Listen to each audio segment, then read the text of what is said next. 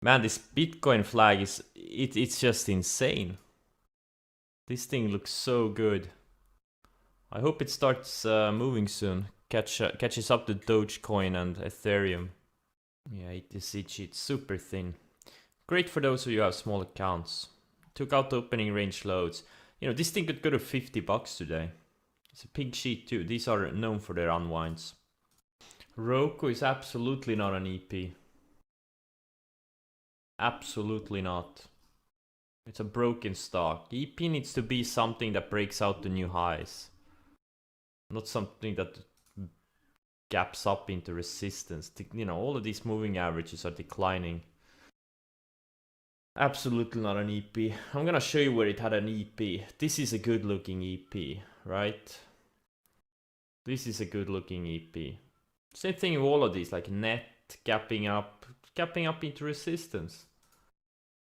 Square, BNTX. I was thinking about shorting it. Day 2, bounce setup. I like the semiconductors, man. They're holding up. They're holding up so well. Big flag on the weekly. Probably needs a bit more sideways though, so 20-day can come down a bit. RVLV is going higher, breaking out of this flag too. It's been surfing the 50 days. Such a beautiful strength in this thing. Yes, when I try triple ETFs, I always look at the unlevered instrument first.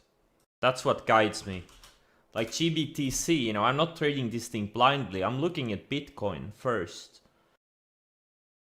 Same thing with AGQ. I'm looking at what does silver look like. Or if I trade TNA, I'm like, okay, what does Russell look like? Enva, 2 stars maybe. All right, I covered my last PRPO too. That was also a pretty decent one. And that's it. I anticipated this first red 5-minute candle. I shorted in a low 8, 790s. My average was maybe about 8. Risk was about $1, maybe a bit more. And I made almost $4 on it. On my last shares. Damn, this TNA. Or Russell, I mean, just the way it's building higher lows and getting tighter. I mean, this is getting exciting. If it closes strong, I may take a starter, like a 3rd size on TNA. 3rd size. And I will be adding as the base forms. And GBTC too. I'm thinking maybe Bitcoin breaks out over the weekend or something. I'll buy like a 3rd size of this thing too if it closes strong. Yeah, HIMX looks good. Not for today, but if it can tighten up a little bit. Yeah, it looks good on the weekly. Yeah, it looks good. It needs to tighten up a bit on the daily. This thing has insane growth, big estimates for next year. Yeah, and this is semiconductor. Yeah, when the semiconductors break out, this thing could easily double. So I started back in on the semiconductor exposure. Like a month ago, I had a lot of semiconductor exposure. I had like half of my account in AMAT, LRCX, and Soxel. And TSM I also had for a while. And now the bases look even better. And look at all these so-called, you know, these earnings gappers that gapped into these resistance areas. They're all fading now. SQM looks so good on the weekly. Oh man, it looks so good. This one, oh man, I can't believe I let this one get away from me. This Veil steel related stock. Where can you get a list of all stocks reporting for a given day? Just Google earnings calendar. I use one of these cheat services. You can use like, there's like earnings whispers, I think. This is a pretty good site. I haven't used this one in a while though. You can see the consensus, how much they beat or miss. Calendar, you can even see, you know, this is like, let's see, Friday the 7th. Before the open, 96 names, after it closed 4 names. And you can just scroll through.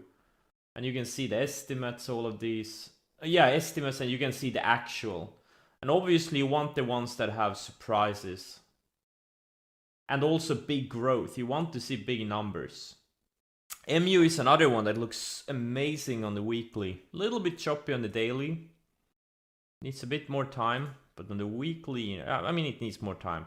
But this thing, like so many other semis, AMAT, LRCX, it just looks so good. Need a little bit more time.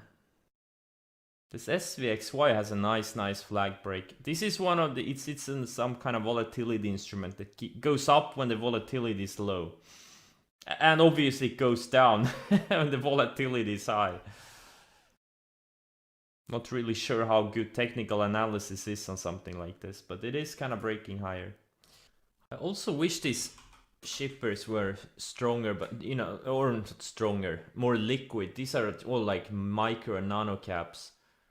I mean, the breakouts some of these had last, or like a few weeks ago, like EGLE here, DSX I had, yeah, DSX on the 50 here. What more are there? I don't even remember. Yeah, SPLK, yeah, this one too, 5-star. They had 5-star setups like a month ago or 3 weeks ago. And there's also SP's one too, yeah. Well, this was a trickier one. I'm actually gonna try something new. One of my moderators, Stock Daddy, uses this. He has an alert a little bit before a stop. So I'm gonna try to get away from hard stops. I have too much, way too much slippage most of the time. I'm gonna make it red, just like he uses the color red, so I'm gonna use the color red also. I'm just shamelessly copying. That's how you become successful in the stock market. You don't have to invent anything. You can just shamelessly copy. Copy the things that work. And that makes sense. Like for me right now, I see two big opportunities, two $10 million plus opportunities. And that would be GBTC, which is obviously Bitcoin. You know, once it breaks higher, this flag has, you know, it could very easily go up 50, 100%. And TNA. And this thing too, it could, why can't it go up like 50% or something if it breaks? And the semiconductors too, like this thing, Soxel. SMH bounced nicely. It undercut, reclaimed the rising 100. Tested it again, reclaimed, and now it's kind of reclaiming the 50-day. I mean, it's showing strength. Doesn't want to go down. And this, well, I don't know. Wait, what's my size on it? It's not true. Yeah, it could be a $10 million opportunity in this one too, especially if I add. If it sets up again so I can add. So 3 potential big opportunities I see right now. Yeah, commodities are tricky. Commodity, they're better to buy when they just, you know, test the rising moving average, like the 50 or 100, or same goes for commodity related stocks. Like growth stocks are usually better to buy off breakouts, especially like the leading ones, but not necessarily. Commodities, they can be, they don't work as well off breakouts usually. From what I like, for example, if you look at the 2003 to 2007 bull market, or actually 2009 to 2011 too, a lot of commodities had big moves, especially 2003 to 2007. Like commodities were the leading sectors, and they were generally kind of tricky. Many of the leading names, you had to kind of buy them when they bounced off a rising moving average or something. That's why I passed on FCX, because I wasn't, you know, I wasn't trusting this breakout. Now it's obviously working, but you know, something like, and this breakout obviously worked, but you know, these types of setups where it undercuts a key moving average and then reclaims, these types of setups work really well for commodity names. Do I have a max risk per industry / sector? Not really. Like I had 50% of my funds in the semiconductors like a month ago. But it's not like I bought them at the same time. I bought them over a period of like a week or 2 weeks. This EDC is triple emerging market ETF. This thing looks great on the weekly. I'm thinking with the commodities starting to run, maybe emerging markets start running too. Just in 2003 to 2007, emerging markets did much better than the US. And in this bull market, the past 10 years, US has been like a superstar, and emerging markets have been lagging. But man, it's thin. EM would be the unlevered one.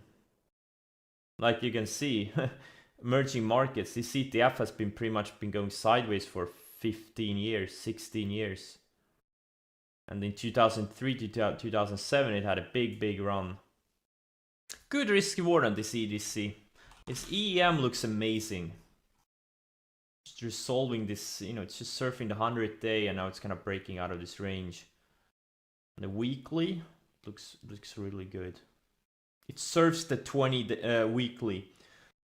Look how it's building higher lows here, and there's a range here. Well, Elon is entertaining. He is.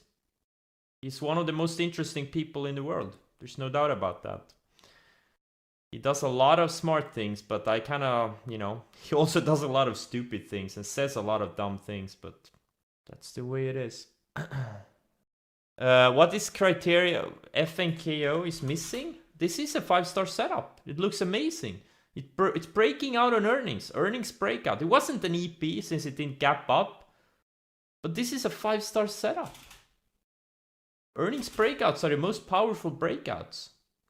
Now, obviously, you had to buy it opening range highs. If you buy it here, you're a moron. But, either the 1-minute opening range highs, but if you missed that, there was another opportunity on the 5-minute opening range highs. 23 or so. 24, that's a chase. It's like when Celsius broke out, right? Well, this was more of a traditional EP, but this one too. Or when, what was the other one? I don't remember that. Like earnings breakouts can be very powerful when they break out of these flags. BRC has 11% upside, 1100% upside. I think it has 1500% upside. You're a loser. 1100%? Are you bearish or something? What's wrong with you? At least 1500%. Yeah, like something like this. This is not an EP. Okay, EP needs to be something that breaks at least a few, multi-month range. This thing is back where it was 3 days ago, right? Gapping up into this declining moving average. This is a loser's EP. A real EP breaks a multi-month range. Something like this. Something like this. Even something like this wasn't ideal, but obviously in hindsight it made a big move, but it didn't, it took out the range. Something like this one. I think I even traded this EP here. This was really good. That's a good EP, not something like this. Okay, this is the closest I could find. This one ends in 2018, but this is like I wish it could go back a bit longer, but as you can see, 2003, 2007, emerging market just outperformed S&P 500 by a wide margin.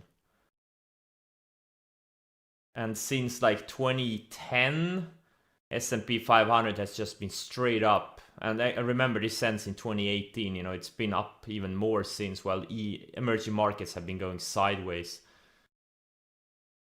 But I've seen better charts that go like back to the 80s or something. Can't find it right now. Like these things go in 5-10 year cycles.